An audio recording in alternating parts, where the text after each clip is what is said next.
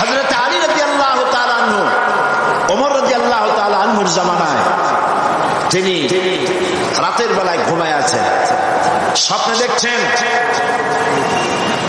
যেন তিনি নামাজ পড়ছেন রাসূল করিম সাল্লাল্লাহু আলাইহি ওয়াসাল্লামের পেছনে ফজরের নামাজ। নামাজ শেষ হওয়ার পর রাসূল করিম সাল্লাল্লাহু আলাইহি ওয়াসাল্লাম পেছনের দিকে ফিরে বসেছেন, কথাবার্তা বলছেন। হযরত আলী মসজিদ থেকে বেরিয়েছেন, দরজার কাছে এসে দেখেন এক বুড়ি একমাত্র খোরমা নিয়ে দাঁড়ানো। বুড়ি বলছেন, আলী আবার ভেতরে যাও, এই পাত্র ভরা খোরমাগুলি নিয়ে আল্লাহ রাসূলকে দাও আর বলো এটি আমার বাগানে, নতুন বাগানের খোরমা, তিনি খাবেন এবং সাহাবায়ে কিরামদের মধ্যে ভাগ করে দিবেন। হযরত আলী ভেতরে প্রবেশ করলেন, হুজুরকে খোরমার পাত্র দিয়ে ঘটনা বিবরণ করলেন। রাসূল করিম সাল্লাল্লাহু আলাইহি ওয়াসাল্লাম পাত্র থেকে একটি খোরমা উঠায়া হযরত আলীর মুখের মধ্যে দিলেন। হযরত আলী স্বপ্নের ভিতরে খেজুরটি খাচ্ছেন। ইত্যাবসারে ফজরের আজান হলো, আজানের আওয়াজ শুনে হযরত আলীর ঘুম ভেঙে গেল। কিন্তু ঘুম ভেঙেছে ঠিক, রাসূল করিম সাল্লাল্লাহু আলাইহি ওয়াসাল্লামের হাতের দেওয়া খোরমার স্বাদ তখনও আলীর মুখের মধ্যে রয়েছে। উযু করে মসজিদ নববীতে প্রবেশ করলেন। তিনি দেখতে পাচ্ছেন মসজিদ নববীতে ইমামতির জায়গায় কে দাঁড়ানো? হযরত ওমর রাদিয়াল্লাহু তাআলা। ইসলামের নিয়ম এটা।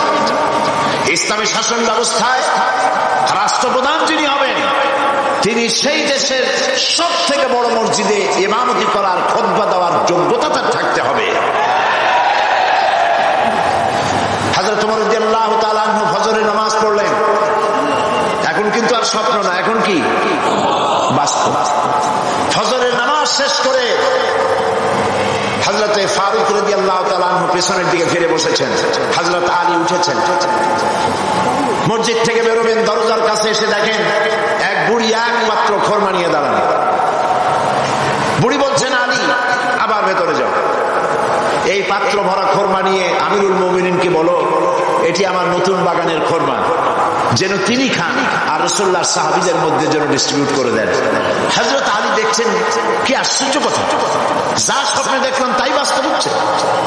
ভেতরে গিয়ে আমিরুল মুমিনিনকে খোরমার পাত্র দিলেন আর ঘটনা শোনালেন। বুড়ি এভাবে পাঠাইছে তার নতুন বাগানের খোরমা, এইসব বললেন। হযরত ওমর খোরমার পাত্র থেকে একটি খোরমা উঠিয়ে হযরত আলীর মুখের মধ্যে দিয়ে দিলেন। হযরত আলী খোরমা চিবাচ্ছেন, খুব মজা লাগতেছে। হযরত আলী বলছেন, ওমর পাত্রে তো খোরমা অনেক আছে, সবাইকে যদি একটা দুইটা করে দাও তারপরেও থাকবে, খোরমা খুব মজা, তুমি দাও না আমাকে আর একটা বেশি। জিদনি তামরাতান উখরা, আমাকে আর একটা খোরমা দাও। হযরত ওমর বলছেন, ইয়া আলী লাউ আন্না রাসূলুল্লাহ সাল্লাল্লাহু আলাইহি ওয়াসাল্লাম যাদাক লাজিদনা। হে আলী, রাসূল করিম সাল্লাল্লাহু আলাইহি ওয়াসাল্লাম স্বপ্নের ভেতরে তোমাকে যদি একটার বেশি খোরমা দিতেন, আমিও তোমাকে একাধিক খোরমা দিয়ে দিতাম। হযরত আলী রাদিয়াল্লাহু তাআলা আনহু বলছেন, ইয়া ওমর আহিয়া রুইয়া রাআইতাহা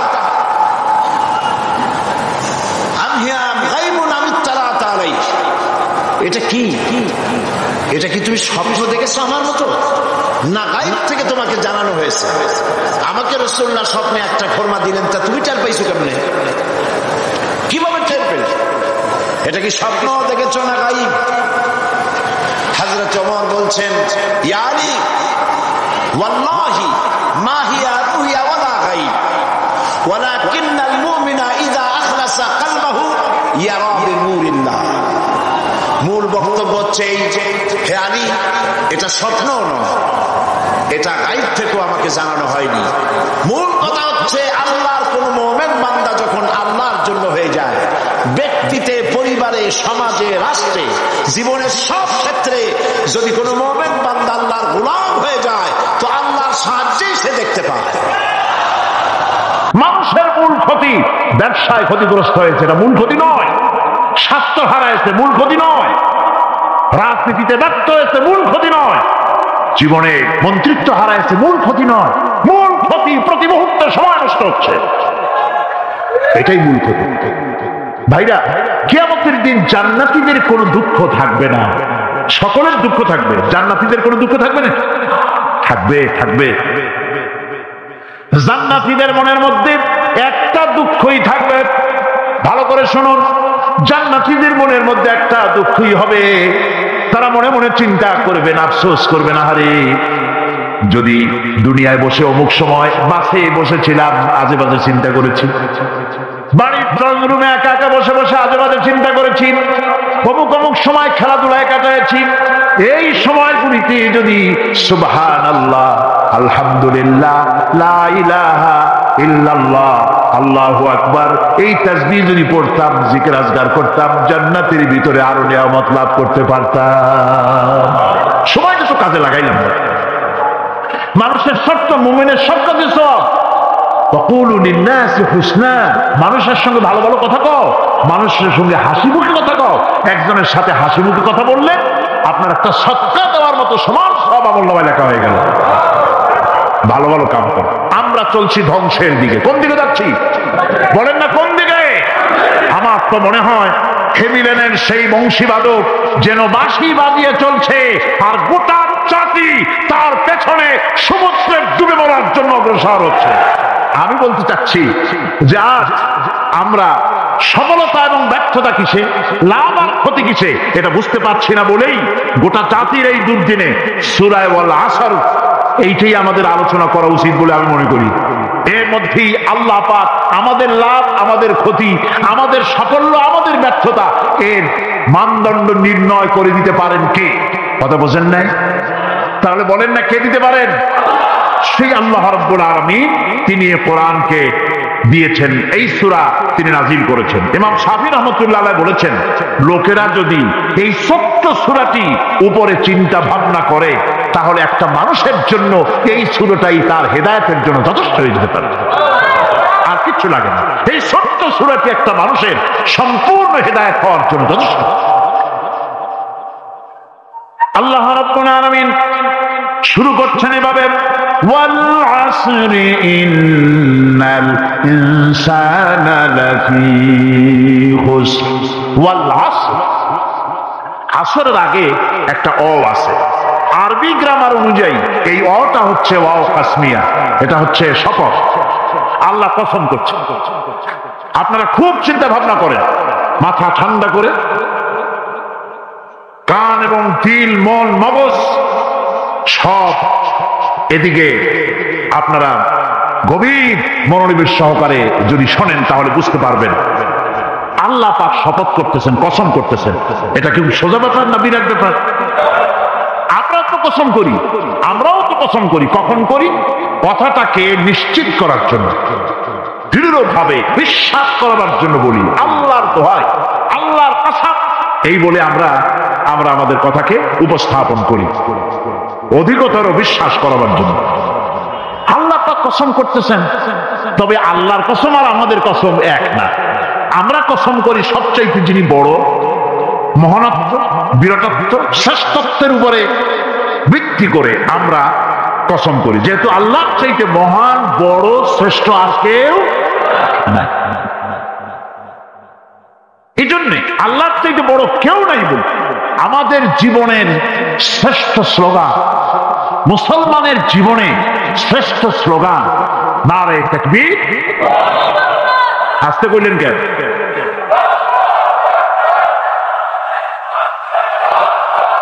আল্লাহ হচ্ছেন বড়, তার থেকে বড় কেউ। আমি চিন্তা করি মাঝে মধ্যে, কিছু মনে নেবেন না, আমি মাঝে মধ্যে চিন্তা করি যে সমস্ত রাজনৈতিক দলের লোকেরা মুসলমান, রাজনৈতিক মতপার্থক্য থাকতেই পারে, যে কোনো দল করতেই পারে, কিন্তু এমন রাজনৈতিক দল আমি কেন করব মুসলমান হয়ে যেই রাজনৈতিক দলের মিছিলে আর মিটিং এ আল্লাহু আকবার স্লোগান দেওয়া যাবে না? কারণ হচ্ছে, আমি যখন দুনিয়া এসেছিলাম, আপনি যখন দুনিয়া এসেছিলেন, আপনার আমার কানে কি শোনানো হয়েছে? কন্ত আজান শোনানো হয়েছে। দুনিয়া এসে আমি প্রথম কি শুনেছি? আল্লাহু আকবার। এটাই শুনেছি। আযানের প্রথম শব্দ কি? নামাজের প্রথম শব্দ কি? ইকামতের প্রথম শব্দ কি? জানাজা, জীবনের শেষ নামাজ, এটার প্রথম শব্দ কি? এটা শেষ শব্দ কি? তাহলে এর সিগনিফিকেন্সটা কি?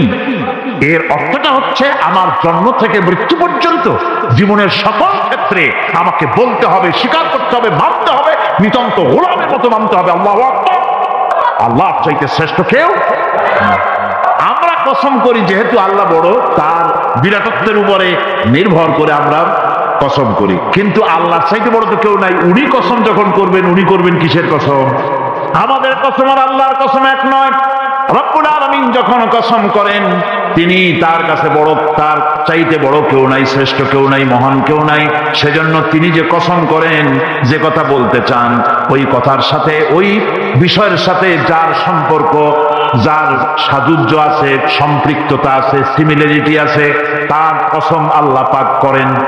যেহেতু এখানে আল্লাহ রাব্বুল আলামিন মানুষের সফলতা, ব্যর্থতা, মানুষের লাভ আর ক্ষতির কথা বলবেন, সেজন্য আল্লাহ পাক মানুষের জীবনের সাথে, মানুষের সম্পর্ক রয়েছে তার জীবনের, মানুষের সাথে সম্পর্ক রয়েছে সময়ের, মানুষের সঙ্গে সম্পর্ক রয়েছে ইতিহাসের। তাই রব্বুল আলামিন বলেন, ওয়াল আসরি ইন্নাল ইনসানা লাফি খুসর। আমি কসম করি সময়ের, আমি কসম করি ইতিহাসের, আমি কসম করি জীবনের, আমি কসম করি সময়ের। যেহেতু এই জীবন আছে বলে আমরা আছি, জীবন না থাকলে আমরা বাঁচি না। ইতিহাসের কসম আল্লাহ করেন, কারণ হলো ইতিহাস মহাকালের সাক্ষী। এই মহাকালের দুষ্কৃতিকারা, তাদের দুষ্কৃতি যারা, তাদের দুষ্কৃত কর্ম, যা তারা যে খারাপ কাজ করেছে, সেই খারাপ কাজের ইতিহাস ধারণ করেছে। যারা সুকৃতি করেছে, তাদের সুকর্মগুলি ইতিহাস ধারণ করেছে। ইতিহাস হচ্ছে নীরব সাক্ষী। আল্লাহ বলেন, আমি ওই ইতিহাসের সাক্ষী, আমি জীবনের সাক্ষী, আমি সময়ের সাক্ষী। যেহেতু সময় কারো জন্য বসে থাকে না। সময়ের ব্যাপারে হযরত ইবনে কাইয়্যিম রাহমাতুল্লাহ আলাইহি তিনি বলেছেন, মা মাদা ফিদ দুনিয়া আহলামুন ওয়া মা বাকিয়া মিনহা আমানি। মা মাদা ফিদ দুনিয়া আহলামুন, আমি আমার জীবনের যে অংশ ফেলে এসেছি এটা আমার স্বপ্ন। ওয়া মা বাকিয়া মিনহা আমানি, আর যেটা আমার সামনে জীবন বাকি আছে ওটা হচ্ছে আমার আকাঙ্ক্ষা।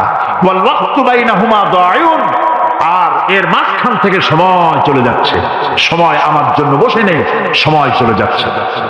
এই পৃথিবীতে আসার পর আমাদের হায়াত তো বাড়ছে না, বরং হায়াত প্রতি মুহূর্তে কি হচ্ছে? লোকেরা বলে হায়াত বাড়ে, হায়াত তো বাড়ে না। হায়াত কি হয়?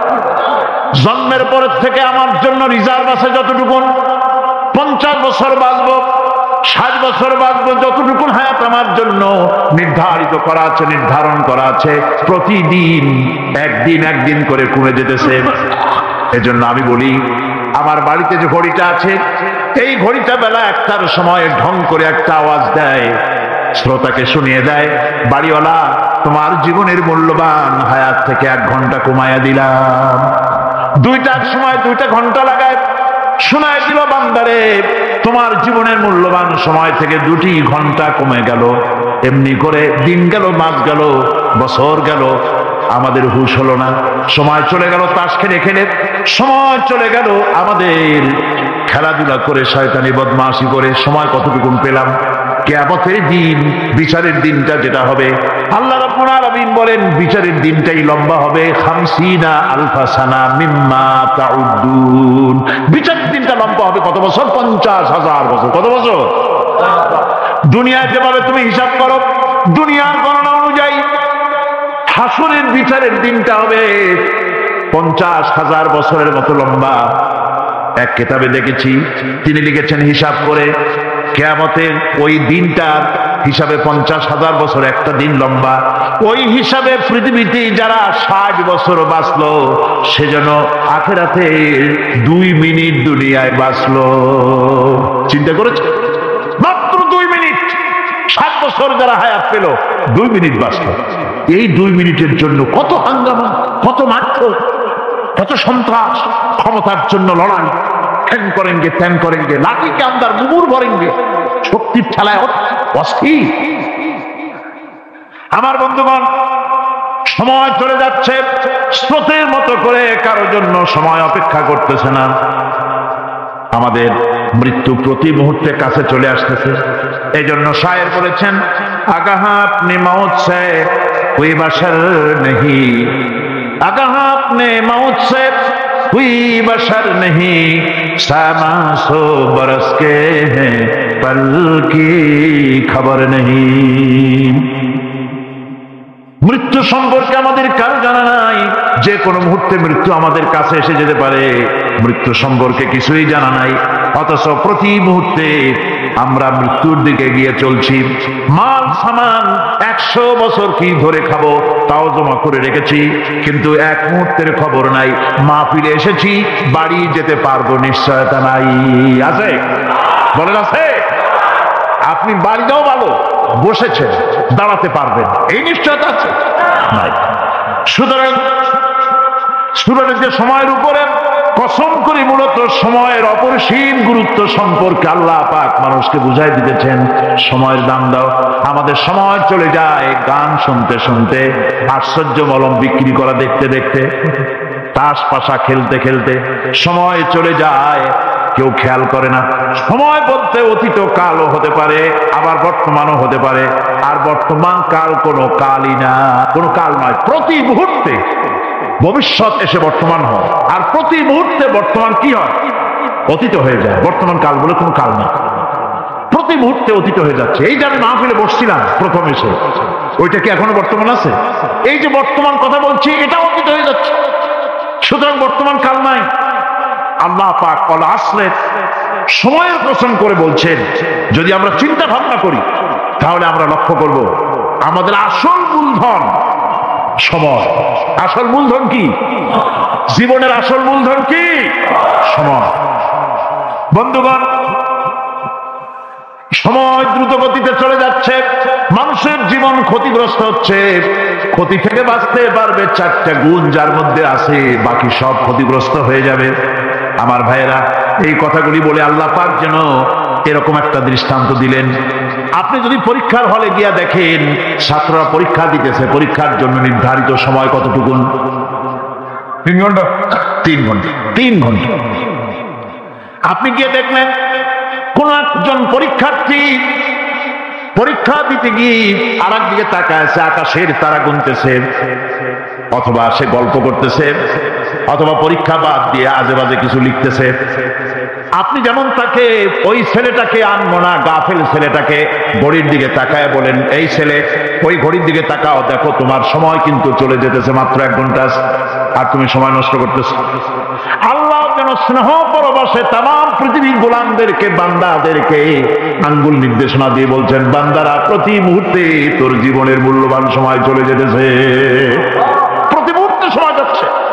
আল ইনসান, ইনসান বলতে শুধু মুসলমান না, ইনসান বলতে কি মুসলমান শুধু না, আল ইনসান মানব মন্ডলী, বিশ্বের সমস্ত মানুষকে আল্লাহ বলছেন, হিন্দু, খ্রিস্টান, বৌদ্ধ, নাসারা, ইহুদি, মজুসি, মুসলমান, বিশ্বের সব মানুষকে আল্লাহ বলছেন। যেহেতু আল্লাহ স্রষ্টা, মানুষের ব্যাপারে সার্বিক কল্যাণময় কথা কে বলতে পারেন? কে বলতে পারেন? সে আল্লাহ রাব্বুল আলামিন বলছেন, সময় চলে যাচ্ছে ও পৃথিবীর মানুষেরা। এই মানুষ বলতে আল্লাহ রাব্বুল আলামিন কোন ব্যক্তি, কোন গোষ্ঠী, কোন জাতিকে বলেন নাই, বলেছেন সমগ্র মানবতাকে। এর অর্থ হচ্ছে সূরাটিতে উল্লেখ্য 4টি গুণ যদি আমল করতে পারে লোকেরা, যেই ব্যক্তি করবে, যেই সমাজ করবে, যেই রাষ্ট্র করবে, যেই গোষ্ঠী করবে, যেই জাতি করবে, তারাই ক্ষতি থেকে বেঁচে যাবে। আর তারা করবে না, তারা ক্ষতিগ্রস্ত হবে। কি হবে বলুন? এখন আল্লাহ পাকের কথা শুনুন। আল্লাহ পাক বলছেন, ওয়াল আসরি ইন্নাল ইনসানা লাফি খুসর। খুসরিন,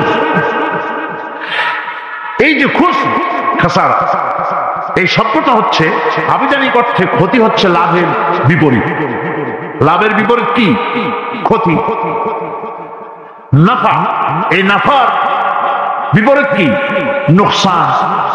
খাসারাটা কি? নোকসান বলা হয় পুঁজি 50,000 খাটাইছিলাম, লাভ করতে পারি নাই, পুঁজি ঠিক আছে, এটাকে বলা হয় নোকসান। এটাকে কি বলা হয়? নোকসান। কিন্তু আমি পুঁজি খাটিয়েছিলাম 50,000 টাকা, লাভ তো হয়ই নাই, পুঁজিও চলে গেছে, আমও গেছে ছালাও গেছে, আমও নাই ছালাও নাই। এইটারে আরবিতে কি বলা হয়? খাসার, দেউলিয়া। দেউলিয়া হয়ে গেছে। দেউলিয়াটা বোঝেন ভালো আপনারা, দেউলিয়া হয়ে গেছে। কোরআন লাভ বা সাফল্যের ধারণা যেমন নিছক পার্থিব নয়, সমৃদ্ধির কথা শুধু পার্থিব নয়, জন্ম থেকে শুরু করে মৃত্যু পর্যন্ত। কোরআনের লাভের কথা যখন বলা হয় তখন জন্ম থেকে মৃত্যু পর্যন্ত, আখিরাত পর্যন্ত, কিয়ামত পর্যন্ত। ক্ষতিটাও জন্ম থেকে শুরু করে মৃত্যু পর্যন্ত, কিয়ামত পর্যন্ত ক্ষতিটাও। এই ক্ষতি থেকে বাঁচাবার জন্য কোরআনে কারিমে বিভিন্ন জায়গায় এই খাসারা শব্দ ব্যবহার করা হয়েছে। আল্লাহ রাব্বুল আলামিন বলছেন, ওয়ামান খাফফাত মাওয়াজিনুহু ফাউলাইকাল্লাযীনা খাসিরু আনফুসাহুম বিমা কানু বিআয়াতিনা ইয়াযলিমুন। যাদের পাল্লা ভারী হবে কিয়ামতে তারাই হবে সফলকাম, আর তাদের পাল্লা হালকা হবে নেকির পাল্লা। নেকির পাল্লা যাদের হালকা হবে তারা হবে ক্ষতিগ্রস্ত, তারা নিজেদের ক্ষতি নিজেরাই ক্ষতি সাধনকারী হবে কিয়ামতের দিন। কাজে মানুষের জীবনের সমুদয় কার্যাবলীর ভালো অংশ যদি খারাপ অংশের উপরে বিজয়ী হয়, তারপরে খারাপ অংশ পাওনাদারদের দিয়ে টিয়া, এরপরে যদি নেকি কিছু বাকি থাকে তাহলে বোঝা গেল লোকটা কিয়ামতে নাজাত পাবে। আর যদি ভালো কাজের উপরে খারাপ কাজ বিজয়ী হয়ে যায় আর সমস্ত পাওনাদারদেরকে পাওনা মিটাইয়া তারপরেও পাপ বাকি থেকে যায়, এক চাইতে খাসারা পৃথিবীতে আকাশে জমিনে কিছুই আর হবে না। এর থেকে বাঁচার জন্য আল্লাহ পাক এই খাসারা থেকে বাঁচার জন্যই মানুষকে এই কথা বলছে। এই কথাটি কোরআনে কারিমের অন্য একটি আয়াতে আরো সুন্দর করে বলা হচ্ছে, যারা নাকি এই দুনিয়ার বুকে যারা নিজেদের পুঁজি খাটাইছে, জীবনের পুঁজি সুদ কামাইতে খাটালো, জীবনের পুঁজি খাটালো হারাম কামাইয়ের ভিতরে, অন্যায় কাজের ভিতরে, যারা জীবনের পুঁজিকে আল্লাহর দ্বীনের কাজে লাগাতে পারে নাই, তাদের সম্পর্কে বলা হচ্ছে হাসিরাত দুনিয়া ওয়াল আখিরাতা যালিকা হুয়াল খুসরানুল মুবিন। হাসিরাত দুনিয়া ওয়াল আখিরা, দুনিয়াও ক্ষতিগ্রস্ত, আখিরাতেও ক্ষতিগ্রস্ত। এটা হচ্ছে তার জন্য সুস্পষ্ট ক্ষতি, এর থেকে বড় ক্ষতি আর কিছুই হতে পারে না। আল্লাহ পাক কোরআনে কারীম অন্যত্র বলেছেন, ওয়া নুনাজ্জিলু মিনাল কুরআনি মা হুয়া শিফাউন ওয়া রাহমাতুন লিল মুমিনিন ওয়া লা ইয়াজিদু যালিমিনা ইল্লা খাসারা। আমি এই কোরআন অবতরণের পরিক্রমায় এমন সব বিষয় অবতীর্ণ করেছি যা মুমিনদের জন্য নিরাময় এবং তাদের জন্য রহমত, আর জালিমদের জন্য ক্ষতি ছাড়া আর কিছুই বৃদ্ধি পায় না। জালিমদের জন্য ক্ষতি বৃদ্ধি পায়, আর যারা মুমিন তাদের জন্য এর মধ্যে নিরাময় আছে, এর মধ্যে রহমত আছে। অর্থাৎ যারা এই কোরআনকে যারা নিজেদের আইনের কিতাব হিসাবে গ্রহণ করেছে, কোরআনকে তাবিজের কিতাব হিসাবে নয়, ধর্মীয় কিতাব হিসাবে নয়, কোরআন সংবিধান। কোরআন কি? কোরআনকে যারা সংবিধান হিসাবে মেনে নিয়েছে, কোরআনকে যারা সংবিধান হিসাবে গ্রহণ করলো, ব্যক্তি, পরিবার, সমাজ, রাষ্ট্রে, তাদের যাবতীয় মানসিক, বুদ্ধিবৃত্তিক, নৈতিক, তামাদ্দুনিক রোগের নিরাময় হবে, এর দ্বারা শান্তি হবে। কিন্তু যেসব জালিম এই কোরআনকে প্রত্যাখ্যান করেছি, কোরআনকে যারা মৌলবাদীদের কিতাব বলে, কোরআনের কথা বললে মৌলবাদ বলে গালি দেয়, তারা তাদের কপালকে পোড়াইয়া ছাই বানাইয়া দিছে, তাদের কপাল ভস্মীভূত করে দিয়েছে। আমার দেশে, এই দেশটা কি মুসলমান বেশি না অন্য জাতি বেশি? কম। পৃথিবীর দ্বিতীয় বৃহত্তম মুসলিম দেশ হলো কোনটা? বাংলাদেশ। এই দেশে ইসলামরে যত গালি দেওয়া হয়েছে, কোরআনকে যত গালি দেওয়া হয়েছে, আলেমদেরকে যত গালি দেওয়া হয়েছে, রাসূলুল্লাহকে যত গালি দেওয়া হয়েছে, ইসলামী আদর্শকে যত গালি দেওয়া হয়েছে, পৃথিবীতে কোন দেশে এইভাবে ইসলামকে গালি দেওয়া কোথাও হয় না। এমনকি আমেরিকার মতো দেশে, ইংল্যান্ডের মতো দেশেও কোরআনের বিরুদ্ধে এত কথা কেউ বলতে সাহস পাবে না। ইসলামের বিরুদ্ধে কথা বলতে সাহস পাবে না, যেহেতু মুসলমানেরা সেখানে পাল্টা আক্রমণ করবে। আর আমার দেশে মুসলমানের ঘরের সন্তান হইয়া ইসলামের বিরুদ্ধে তারা বক্তব্য রাখে। মৌলবাদ জিকির উঠে গেছে। আমেরিকার প্রেসিডেন্টরা যখন শপথ নেন, প্রেসিডেন্ট হিসাবে ওথ নেন, বাইবেলের উপরে হাত রাখেন আর বলেন, এই মহাগ্রন্থকে স্পর্শ করে শপথ নিচ্ছি, আমি আমার চিন্তা চেতনা, আমার মেধা, আমার প্রজ্ঞা, সত্তা, আমার জাতি, আমার দেশকে উন্নয়নের জন্য, এর সমৃদ্ধির জন্য, এর সংরক্ষণের জন্য আমি আমার জীবনকে উৎসর্গ করব। বাইবেলের উপরে স্পর্শ করে এই শপথ তারা নেন। আমার দেশের প্রেসিডেন্ট, প্রধানমন্ত্রী শপথ নেওয়ার সময় কোরআন শরীফের উপরে হাত রাখে যদি, তাহলে বলা হবে বেচারা মৌলবাদী হয়ে গেছে। এটা করা যাবে না। আর যদি কেউ করে সামান্য কিছু, কোরআন না, যদি তসবিহ নিয়েও আসে, তাহলে বুঝতে হবে জাতির সাথে একটা প্রতারণা ছাড়া কিছুই না। কাজেই ধর্মের প্রতি আকর্ষণ একটা ভিন্ন জিনিস। সেই জিনিসকে ছেড়ে যারা দেয় তারাই ক্ষতিগ্রস্ত হয়, আর যারা ধরে রাখে তারা দুনিয়ায় ক্ষতিগ্রস্ত হয় না। আল্লাহ পাক এখানে রাসূল করিম সাল্লাল্লাহু আলাইহি ওয়াসাল্লাম একটি হাদিস প্রণিধানযোগ্য কোরআনের ব্যাপারে। হুজুর বলেছেন, আল কোরআন হুজ্জাতুন লাকা ওয়া আলাইক।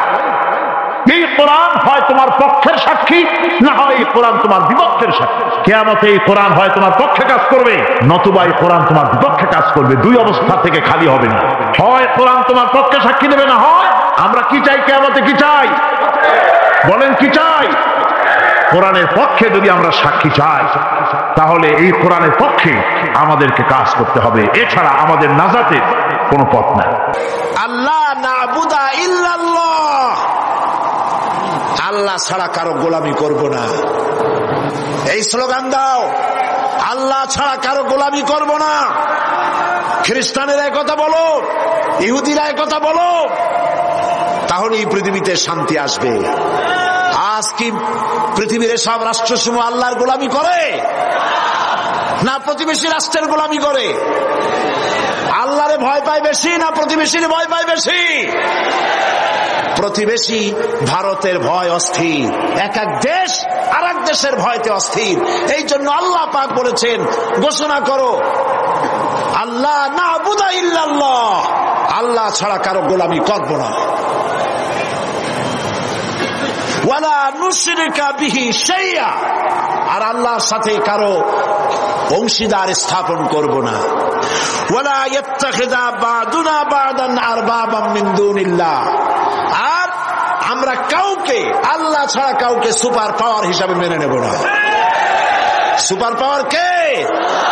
চিল্লায় বলো, আল্লাহই হচ্ছেন সুপার পাওয়ার। তার থেকে বড় পাওয়ার কেউ হতে পারে না। আমেরিকা, ইউরোপ, ফ্রান্স, জার্মান, এর কোনটাই সুপার পাওয়ার নয়। সুপার পাওয়ার হচ্ছেন আল্লাহ সুবহানাহু ওয়া তাআলা। তাকেই একমাত্র সুপার পাওয়ার হিসাবে গ্রহণ করে নাও। এটাই হচ্ছে ইসলামের বিপ্লবী দাওয়াত। ইসলামের বিপ্লবী দাওয়াত হচ্ছে, কেউ যদি আমাকে প্রশ্ন করেন যে কোরআন শরীফের 30 পারা কোরআন, এ তো বোঝার আমার সময় নাই, সংক্ষেপে আমাকে বলেন কোরআনের মূল মিশন কি, কোরআনের মূল দাওয়াত কি, কি উদ্দেশ্য নিয়ে কোরআন পৃথিবীতে এসেছে, এক কথায় বলেন। হ্যাঁ, এক কথায় বলা যাবে। কোরআনের মূল মিশন, মূল দাওয়াত হচ্ছে এই। আল্লাহ রাব্বুল আলামিন বলেন, ইয়া আইয়ুহান নাসু উবুদু রাব্বাকুমুল্লাযী খালাকাকুম ওয়াল্লাযীনা মিন ক্বাবলিকুম লাআল্লাকুম তাত্তাকুন। হে মানব সকল, বিশেষ কোন জনগোষ্ঠীকে ডাকে নাই আল্লাহ। এ কথা কার? বিশেষ কোন জনগোষ্ঠী নয়, বিশেষ কোন ধর্মের লোক নয়। আল্লাহ দাওয়াত দিচ্ছেন সার্বজনীন, কারণ আল্লাহ পাক শুধু মুসলমানদের আল্লাহ নন। আপনারা কি মনে করেন আল্লাহ কি শুধু মুসলমানদের আল্লাহ? আমরা কি সূরা ফাতিহা এরকম পড়ি, আলহামদুলিল্লাহি রাব্বিল মুসলিমিন, আলহামদুলিল্লাহি রাব্বিল আউলিয়া ওয়াল মুত্তাকিন, আলহামদুলিল্লাহি রাব্বিল মুরসালিন? কি পড়ি? আলহামদুলিল্লাহি রাব্বিল আলামিন। সবাই পড়েন আলহামদুলিল্লাহি রাব্বিল আলামিন। আমি প্রশংসা করি যিনি তামাম জাহানের রব। প্রশংসা কেবলমাত্র তারই হবে। প্রশংসা কার হবে? পার্লামেন্টে যতদিন আমরা যেতাম, পার্লামেন্টে যত বক্তৃতা শুনলাম, সবাই দাঁড়িয়েই শুরু করে আমি স্মরণ করছি 1000 বছরের অমুককে, আমি স্মরণ করছি আমার নেতাকে। এ কি মুসলমানের আচরণ হওয়া উচিত? আমি অপেক্ষা করতেছিলাম আমার সময় কখন আসবে। আমাকে যখন স্পিকার সাহেব সময় দিলেন, আমি আল্লাহ শুকর আদায় করি যে কয়েকদিন পার্লামেন্টে গেছি, যতবার কথা বলেছি আমার আল্লাহর কথা বলেছি, আমার রাসূলের কথা বলেছি। আমি পার্লামেন্টে যখন সময় পেলাম, আমি দাঁড়িয়ে বললাম আমি প্রশংসা করি, আমি স্মরণ করি, হৃদয়ের সবটুকুন আবেগ উজাড় করে, সমস্ত শ্রদ্ধা একত্রিত করে আমি স্মরণ করি। যখন আমি বলতেছিলাম তখন লক্ষ্য করলাম তারা বোধহয় চিন্তা করতেছে কোন নেতার নাম কই। আমি বললাম আমি আমার হৃদয়ের সবটুকুন আবেগ উজাড় করে স্মরণ করি ওই বিশাল আকাশের মালিক, বিস্তীর্ণ জমিনের মালিক আমার আল্লাহ রাব্বুল আলামিনকে স্মরণ করি। পার্লামেন্টে সেই দিন আমি সব থেকে বেশি পরিতৃপ্ত হয়েছিলাম, কারণ আমি আমার আল্লাহর নাম পার্লামেন্টে চিৎকার দিয়ে বলতে পেরেছি। সুতরাং সেই আল্লাহ রাব্বুল আলামিন তিনি শুধু মুসলমানদের আল্লাহ নন, তিনি সমস্ত সৃষ্টি জগতের স্রষ্টা। কাজেই তার দাওয়াত শুধু মুসলমানদের জন্য এখানে নয়, কোরআনের মূল দাওয়াত গোটা বিশ্বের সমস্ত মানুষের জন্য। সুবহানাল্লাহ বলেন। সেটা কি? ইয়া আইয়ুহান নাস, হে মানব মণ্ডলী, উবুদু রাব্বাকুম, আয় আতিউ রাব্বাকুম, ইবাদত করো, দাসত্ব করো, গোলামি করো, আনুগত্য করো তোমার রবের। কোন রব? যিনি তোমাকে সৃষ্টি করেছেন, তোমাদের পূর্বপুরুষদেরও যিনি সৃষ্টি করেছেন, তার ইবাদত করো। ইবাদত মানে কি?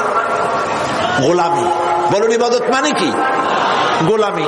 এখন ইবাদত শব্দের অর্থ যদি হয় নামাজ আর রোজা, হজ আর যাকাত, তাহলে অর্থটা কি দাঁড়াবে? 24 ঘন্টার ভিতরে 5 ওয়াক্ত নামাজ পড়তে সময় লাগে কতটা? 1-1.5 ঘন্টা। তাহলে নামাজ যদি শুধু ইবাদতের নাম হয়, তাহলে তার অর্থ দাঁড়াবে 24 ঘন্টার ভিতরে 1.5 ঘন্টা আপনি আল্লাহর গোলাম, বাকি 22.5 ঘন্টা শয়তানের গোলাম হতে রাজি। কে কে হাত উঁচু করে দেখান তো? একজনও নাই। রোজা যদি শুধু হজের নাম হয়, রোজা যদি শুধু ইবাদতের নাম হয়, তাহলে তার অর্থ কি দাঁড়াবে? 12 মাসের ভিতরে 1 মাসের জন্য আপনি আল্লাহর গোলাম, আর 11 মাসের জন্য শয়তানের গোলাম হইতে কেউ রাজি আছেন? তাহলে কি বোঝা গেল? নামাজ, রোজা, হজ, যাকাত এগুলি ইবাদতের অংশ। যেমন আমার হাত, এটি হচ্ছে আমার বডির অংশ। এটা আমার হাত, এটা আমার মাথা, এটা আমার চোখ, এটা আমার পা, এটা আমার পেট। মানুষটা কই বলেন? সবটা মিলাইয়া মানুষ। নামাজ, রোজা, হজ, যাকাত ওয়ান কাইন্ড অফ ইবাদত, কমপ্লিট ইবাদত নয়। কমপ্লিট ইবাদত হচ্ছে নামাজ, রোজা, হজ, যাকাত সহ।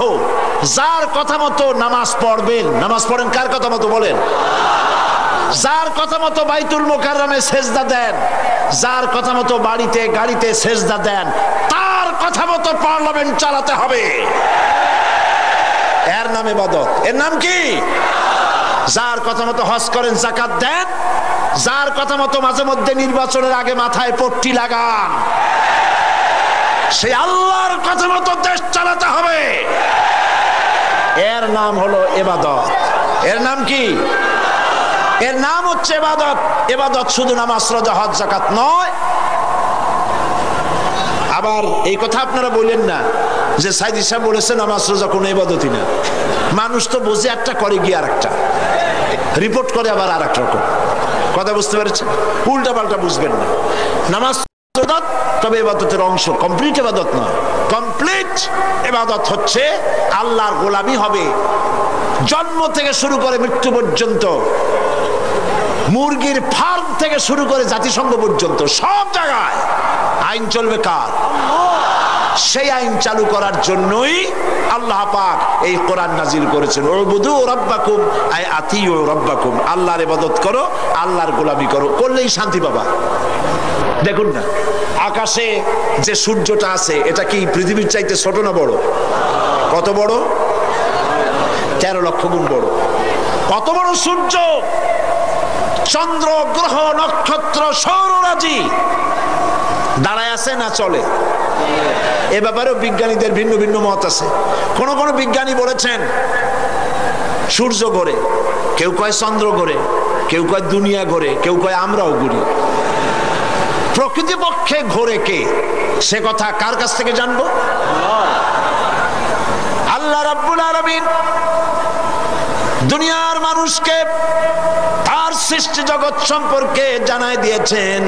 লাশ-শামসু ইয়ামবাগি লাহা আন তুদরিকাল কামারা ওয়ালাল লাইলু সাবিকুন নাহার ওয়া কুল্লুন ফি ফালাকি ইয়াসবাহুন।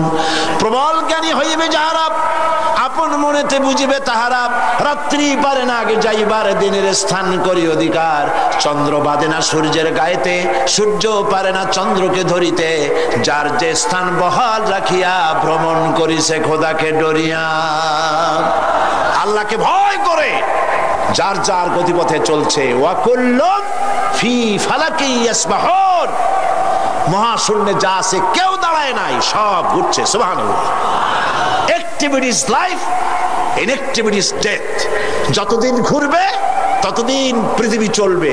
যখন ঘোরা বন্ধ হবে, বিরাট এক ঝাঁকুনি খেয়ে স্তব্ধ হয়ে যাবে পৃথিবী, কিয়ামত অনুষ্ঠিত হয়ে যাবে। সব ঘুরছে কার হুকুমে? এখন লক্ষ্য করেন, এই যে ঘুরতেছে সব, অত বড় সূর্য, অত বড় তারকা, সুবহানাল্লাহ, কি বিশাল তারকা। কোন কোন তারকা তো এমনও আছে যার আলো পৃথিবীর মাটি আজ স্পর্শ করতে পারেনি, অথচ আলোর গতি প্রতি সেকেন্ডে 1,86,000 মাইল। কোথায় সেই তারকা? যে সূর্য পৃথিবীর চাইতে 13 লক্ষ গুণ বড়। এই রকমের 3 কোটি সূর্য খাইয়া হজম করতে পারে এমন হাজার হাজার তারকা আল্লাহ পাক গ্যালাক্সির মধ্যে তৈরি করে রেখেছেন। আবার অমন বড় বড় তারকা চকলেটের মতো চুষা খাইয়া শেষ করতে পারে এরকম ব্ল্যাক হোল আল্লাহ তৈরি করে রেখেছেন মহাশূন্যের ভেতরে। কোনো মারামারি নাই। আছে মারামারি? আমাদের দেশে রাস্তাঘাটে ট্রাফিক পুলিশ আছে, ট্রাফিক পুলিশের হাতছানি, সিগন্যাল লাইটের চোখ রাঙানি, এগুলি আছে। থাকার পরেও এত কিছু অ্যারেঞ্জমেন্ট, তারপরেও দেখা যায় ট্রাকের সঙ্গে বেবি ট্যাক্সি, বেচারা গরিব মানুষ, লাগলো এক ধাক্কা। বেবি ট্যাক্সি গরিব মানুষ 3 ঠ্যাং উপরের দিকে দিয়ে রাস্তার পাশে বসে আল্লাহ আল্লাহ করতে থাকে। হয় কিনা এরকম? এবার আকাশের দিকে তাকায় দেখেন, কোন অ্যাক্সিডেন্ট আছে? ট্রাফিক পুলিশ আছে, সিগন্যাল লাইট আছে, কেন অ্যাক্সিডেন্ট হয় না? কার কথা মানে? কার কথা? আমার আল্লাহ রাব্বুল আলামিন বলেন, আফা গায়রা দীনিল্লাহি ইয়াবগুন ওয়া লাহু আসলামা মান ফিস সামাওয়াতি ওয়াল আরদি তাওআন ওয়া কারহা। আফা গায়রা দীনিল্লাহি ইয়াবগুন, আমার দেওয়া জীবন ব্যবস্থা ছেড়ে দিয়ে মানুষের তৈরি করা, অন্যের তৈরি করা কোন জীবন ব্যবস্থা গ্রহণ করতে চাও? ওয়ালাহু আসলামা, অথচ মানফিস সামাওয়াতি ওয়াল আরদ, অথচ আকাশে যা আছে, জমিনে যা আছে, এর মাঝখানে যা আছে, সব আনুগত্যের মস্তক আমার সামনে নত করে দিয়েছে। সুবহানাল্লাহ, সুবহানাল্লাহ, সুবহানাল্লাহ। সূর্য হুকুম মানে কার? সূর্যের ক্ষমতা নাই রাত 12টার সময় বাংলাদেশে উদিত হয়, চাঁদের ক্ষমতা নাই, রাতের ক্ষমতা নাই দিনের মধ্যে প্রবেশ করতে, দিনের ক্ষমতা নাই রাতের ভিতরে প্রবেশ করে। আর পদ্মা, মেঘনা, যমুনা, ব্রহ্মপুত্রের মিষ্টি পানি বঙ্গোপসাগরের নোনা পানির ভিতরে গিয়ে ওই নোনা পানিকে মিষ্টি বানাতে পারে না। আবার নোনা পানিগুলি জোয়ারের টানে পদ্মা, গঙ্গা, যমুনা, সুরমা, কর্ণফুলীর ভিতরে ঢুকে মিষ্টি পানিকেও লবণাক্ত করতে পারে না। কার হুকুম মানে? আল্লাহ রাব্বুল আলামিন বলেন মারাজাল বাহরাইনি ইয়ালতাকিয়ান বাইনাহুমা বারযাখুন লা ইয়াবগিয়ান ফাবিআইয়ি আলা'i রাব্বিকুমা তুকাযযিবান। কোনো পার্টিশন নাই মাঝখানে, একদিকে নোনা পানি একদিকে মিষ্টি পানি, মাঝখানে কোনো পার্টিশন নাই। মিষ্টি পানি নোনা পানিকে নোনা বানাতে পারে না, নোনা পানি মিষ্টি পানিকে মিষ্টি বানাতে পারে না। আল্লাহ পাক বলেন সব আমার হুকুম মেনে চলছে। কার হুকুম? কার হুকুম? সুন্দরবনে, জঙ্গলে, পাহাড়ে অসংখ্য হিংস্র প্রাণী আছে, মারামারি নাই, ঝগড়া নাই, সব আরামে আছে, ঠিক কিনা? সমুদ্রের মধ্যে মারামারি আছে নাকি? বঙ্গোপসাগর বলে নাকি আরব সাগর? তোমার কোন মাছ, তোমার কোন হাঙ্গর যদি আমার মধ্যে বিনা ইমিগ্রেশন ভিসায় যদি ঢোকে, থাপড়াইয়া দাঁত ফেলাই দেবো, বলে এরকম? বলে না। তারা সমুদ্রের ভিতরে মাছেরা যাতায়াত করছে, কত হিংস্র প্রাণী, জলচর প্রাণী সমুদ্রের ভিতরে আছে, মারামারি নাই, কাটাকাটি নাই, ঝগড়া নাই। মহাশূন্যের উপরে পাখিরা উঠছে, ঝগড়া নাই, মারামারি নাই, সব আরামে আছে। আরাম মূলত যেখানে থাকা উচিত ছিল সেখানেই শান্তি নাই। সেটা কোন জায়গা? এই পৃথিবী, এই মানুষগুলি, এই মানুষের শান্তি নাই, কিন্তু সব জায়গায় শান্তি আছে। কারণ ওরা আইন মানে কার? কার আইন মানে? মানুষ আল্লাহর আইন মানে না বলেই তাদের জন্য এই চূড়ান্ত অশান্তি তাদের উপরে নাজিল হয়েছে। এই অশান্তি দূর হতে পারে কেবলমাত্র কোরআনের আইন দিয়ে। কিসের আইন দিয়ে বলুন? কোরআনের আইন দিয়ে অশান্তি দূর হবে, অন্য কোন আইন দিয়ে অশান্তি দূর হতে পারে না। যেই থানার দারোগা পুলিশদের নিয়ে নামাজের ইমামতি করে 5 ওয়াক্ত নামাজ পড়ে, সেই থানার দারোগারে পিটাইয়াও ঘুষ খাওয়ানো যাবে? বরং ঘুষ নিয়ে যে যাবে থাপড়ায় দাঁত ফেলায় দেবে, ঠিক কিনা? আমাকে সরকার বেতন দেয়, তুই টাকা দিবি কেন? ঠিক কিনা? নামাজ তাকে ঘুষ থেকে বাঁচায় দেবে, এবং সরকার পুলিশদের বেতন বাড়ায় দেবে। কারণ পুলিশেরা, আমি পুলিশদের ব্যাপারে পার্লামেন্টে কথা বলেছি, জানেন আপনারা নিশ্চয়ই। পুলিশদের পরিশ্রম বেশি, তারা তাদের খাটনি বেশি। ঈদের দিনেও ছুটি কিসমতে হয় না, জুমার দিনেও নামাজ পড়ার ছুটি অনেক সময় পায় না। বড় বড় অফিসারেরা বউ নিয়ে থাকে, সাধারণ পুলিশ ওরাও তো রক্ত মাংসের গড়া মানুষ, 6 মাসেও বউর কাছে যাওয়ার সময় পায় না। বাচ্চাদেরকে চোখে দেখতে পারে না, চোখে দেখার সময় হয় না। ঈদের জন্য নিজের স্ত্রীকে নতুন একটা শাড়ি পরাবার পয়সা তাদের হয় না। আমি পার্লামেন্টে বলেছি পুলিশদের বেতন বাড়ায় দাও, এবং পুলিশদেরকে প্রত্যেকটি পুলিশ যাতে বউ নিয়ে থাকতে পারে যেখানে চাকরি করে সে ব্যবস্থা করে দাও। তো তাদের যদি হাত যদি খারাপ হয়, এই হাত খারাপ হওয়ার জন্য দায়ী সরকার। তারা যদি ঘুষ খায় সেজন্য দায়ী সরকার। পুলিশেরা যদি জিনা করে সেজন্য দায়ী সরকার। পুলিশদের যদি তারা দারোগার ইমামতি পুলিশে নামাজ পড়ছে, সুবহানাল্লাহ, পুলিশগুলি কি ভালো হয়ে যাবে, সুবহানাল্লাহ। এসপির অফিসে আজান হয়ে গেছে, superintendent of police, inspector general of police জামাতের ইমামতি করবেন। রাজারবাগ পুলিশ লাইনে সব থেকে বড় পুলিশ অফিসার জুমার দিনে এসে খুতবা দিবেন, পুলিশেরা তার পিছনে নামাজ পড়বে। এই পুলিশদের চরিত্র ফেরেশতার মতো হয়ে যাবে না? সুবহানাল্লাহ। আমার দেশের বিডিআর প্রধান, আর্মি প্রধান, কমান্ডার ইন চিফ আজান হয়ে গিয়েছে, প্রধান সেনাপতি নামাজ পড়বেন তার সেনাবাহিনীর সাথে নিয়ে। আহা, আল্লাহর কাছে দোয়া করবে একসাথে সেনাবাহিনী খালেদ বিন ওলীদের মতো হয়ে যাবে। ভারত তো ভারত, সারা দুনিয়া মুসলমান সৈন্যদের সামনে চোখ তুলে তাকাতে পারবে না, কারণ তারা আল্লাহকে সেজদা দেয়। কারে সেজদা দেয়? সেই আর্মিদেরকে, বিডিআর সেনাবাহিনী, পুলিশ বাহিনীকে কোরআন শিক্ষার ব্যবস্থা সরকারের পক্ষ থেকে করা হয় না। রেডিও টেলিভিশনের মধ্যে দিয়ে, চাওয়া পাওয়া অনুষ্ঠানের মধ্যে দিয়ে গান শোনানো হয়। আর্মিদের গান শুনে কি বানাইতে চাও? আর্মি গান শুনে করবে কি প্রেমের গান শুনিয়া? পরে খালিদ বিন ওলীদের ইতিহাস শোনাও, শহীদ তিতুমীরের ইতিহাস শোনাও, মজনু শায়ের ইতিহাস শোনাও, তাকে হযরতে খালিদ সাইফুল্লাহর ইতিহাস শোনাও, হাজী শরীয়তুল্লাহর ইতিহাস প্রত্যেক দিন রেডিওতে টিভিতে শোনাও। ভারতের গোলামেরা আমার সেনাবাহিনীর পায়ের উপরে চুমা খাবে।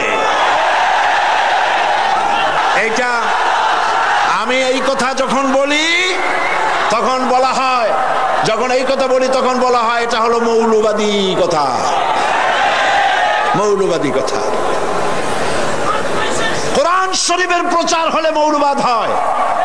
কিন্তু আমেরিকার প্রেসিডেন্ট ডব্লিউ বুশ যখন শপথ নেওয়ার সময় বাইবেল স্পর্শ করে শপথ করে তখন মৌলবাদ হয় না। পৃথিবীর যত হোটেলে আমি থেকেছি, এই পৃথিবীর অন্তত 50টা দেশ সফর করার তৌফিক আল্লাহ আমাকে দান করেছেন। যত বড় বড় হোটেল দেখেছি পৃথিবীতে, প্রত্যেকটি হোটেলে প্রতি রুমের মধ্যে টেবিলের ড্রয়ারে একটা করে বাইবেল দেখেছি। কিন্তু বাংলাদেশে মুসলমানদের দেশ, এই মুসলমান দেশের 5 স্টার হোটেলে একটা কোরআন শরীফ নাই। এর নাম হীনমন্যতা। মৌলবাদ উৎখাত করবা, মৌলবাদ মৌলবাদ এখন সব মৌলবাদ, চতুর্দিকে মৌলবাদ, খালি মৌলবাদ চোখে দেখে। মৌলবাদ কি? মৌলবাদ হলো মূলবাদ। পত্রিকাগুলি গোলামিতে লাগে গেছে ভালো করিয়া, ঠিক কিনা? খালি মৌলবাদ। 2টা ট্রাক যদি অ্যাক্সিডেন্ট হয় তাও কয় মৌলবাদ। মাসে মাসে মারামারি হলো বুড়িগঙ্গার নদীতে, কয় মৌলবাদ। শয়তানে পাইছে। কিসে পাইছে? শয়তানে ধরছে ভালো করিয়া।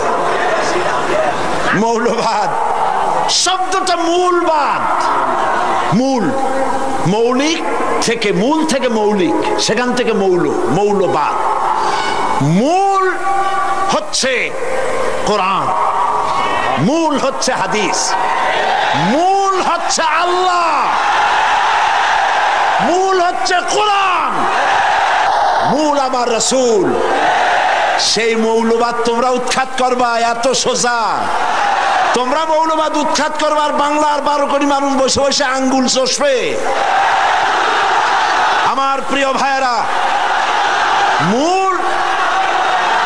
মূলের শক্তি বেশি না আগার শক্তি বেশি? বসুন বসুন, মূলের শক্তি বেশি না আগার শক্তি বেশি? তোমরা যারা আমাদেরকে ভালো করে শুনে রাখো, তোমরা যারা পত্রিকায় ভারতের গোলাম সাংবাদিকেরা, ভারতের গোলাম বুদ্ধিজীবীরা আমাদেরকে যারা মৌলবাদী বলো, আমরা মূলবাদী, গাছের গোড়ায় আছি। তোমরা আগাবাদী। আমরা যদি মূলবাদী হই, তোমরা কি? তোমরা আগাবাদী, আগায় বসে থাকো, বেশি বান্দরামি করবা না। আগায় বসে ফল খাও, পাতা খাও, আমরা কিচ্ছু কব না। কিন্তু ওইখানে বসে যদি ভেংসি মারো বারবার, 12 কোটি মানুষ এই গাছের গোড়া ধরে নাড়া দেবে, এক ঝাঁকি থেকে দিল্লি গিয়ে পড়বি। বাংলাদেশের 12 কোটি মানুষের ঈমান নিয়ে তামসা করো না। বন্ধুগণ, নামাজ যদি প্রতিষ্ঠিত হয়ে যায়, অন্যায় অসত্য দূরীভূত হয়ে গিয়ে শান্তি প্রতিষ্ঠা হবে। সুবহানাল্লাহ বলেন। এই নামাজের আজান হলো সেক্রেটারিয়েটে, মন্ত্রীরা ইমামতি করলেন, স্বরাষ্ট্রমন্ত্রী ইমামতি করবেন। আল্লাহ যেন যোগ্যতা দেয়, কোন আমিন। এখন যদি ওনারা কোন যে আপনাদের এশার নামাজ আমি পড়াই দেব, কোন মন্ত্রী যদি আসে, লোকেরা কবে লা হাওলা ওয়ালা কুওয়াতা ইল্লা বিল্লাহ। আল্লাহ আপনাদের যোগ্যতা দিক, আমরা বলি আমিন। মন্ত্রীর ইমামতিতে সেক্রেটারিয়েটের সমস্ত ব্রুকরাস, আমলারা যদি নামাজ পড়ে, গভর্নমেন্টের টাকা পকেটে নিতে পারবে?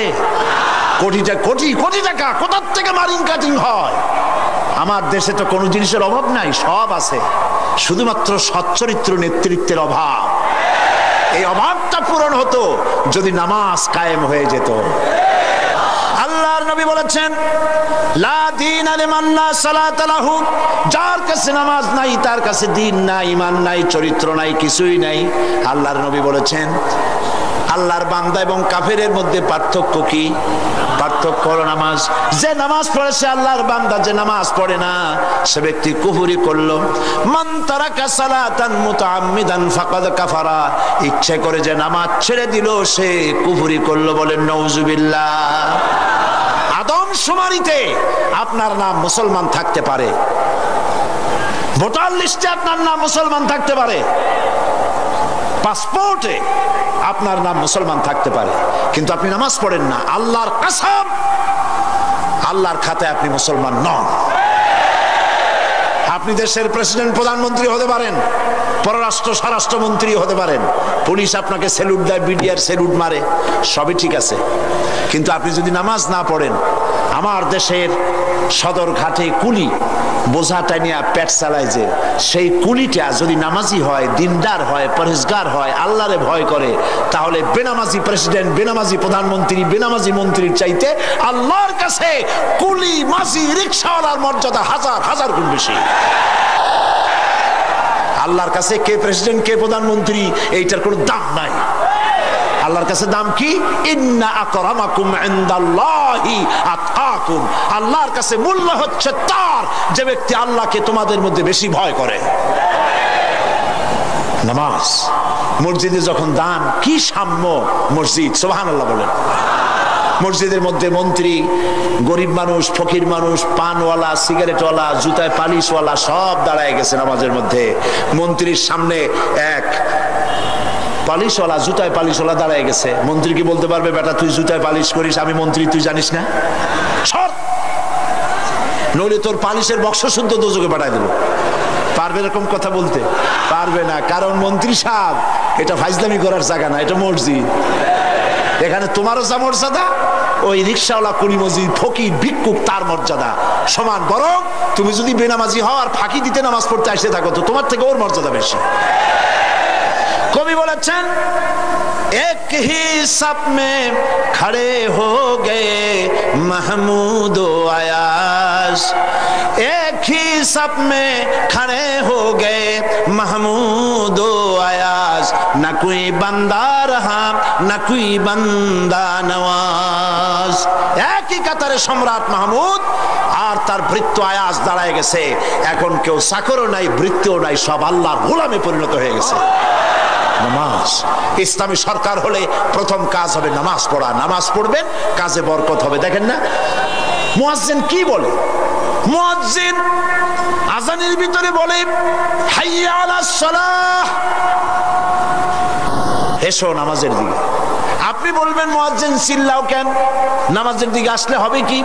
মুয়াজ্জিন দ্বিতীয় লাইনে গিয়ে বলে, হাইয়া আলাল ফালাহ, এসো কল্যাণের দিকে, মঙ্গলের দিকে। নামাজের দিকে আসলে পরে তোমার কিসমত খুলে যাবে, তোমার তাকদীর পাল্টে যাবে। এসো নামাজের দিকে, নামাজ পড়ো। বন্ধুগণ, এই নামাজের দরখাস্ত সারা দেশে, পৃথিবীতে যত জায়গায় যাই, সব জায়গায় মানুষকে নামাজের কথা বলি। বন্ধুরা, নামাজ পড়ুন, নিজে পড়েন, বউ বাচ্চারে পড়ান, আল্লাহর কাছে দোয়া করেন নামাজের জন্য, আল্লাহ আমাদের নামাজি বানায় দাও। বলেন আমিন। নামাজ আর কেউ ছাড়বেন? নামাজ না পড়লে কাফের, কাফের।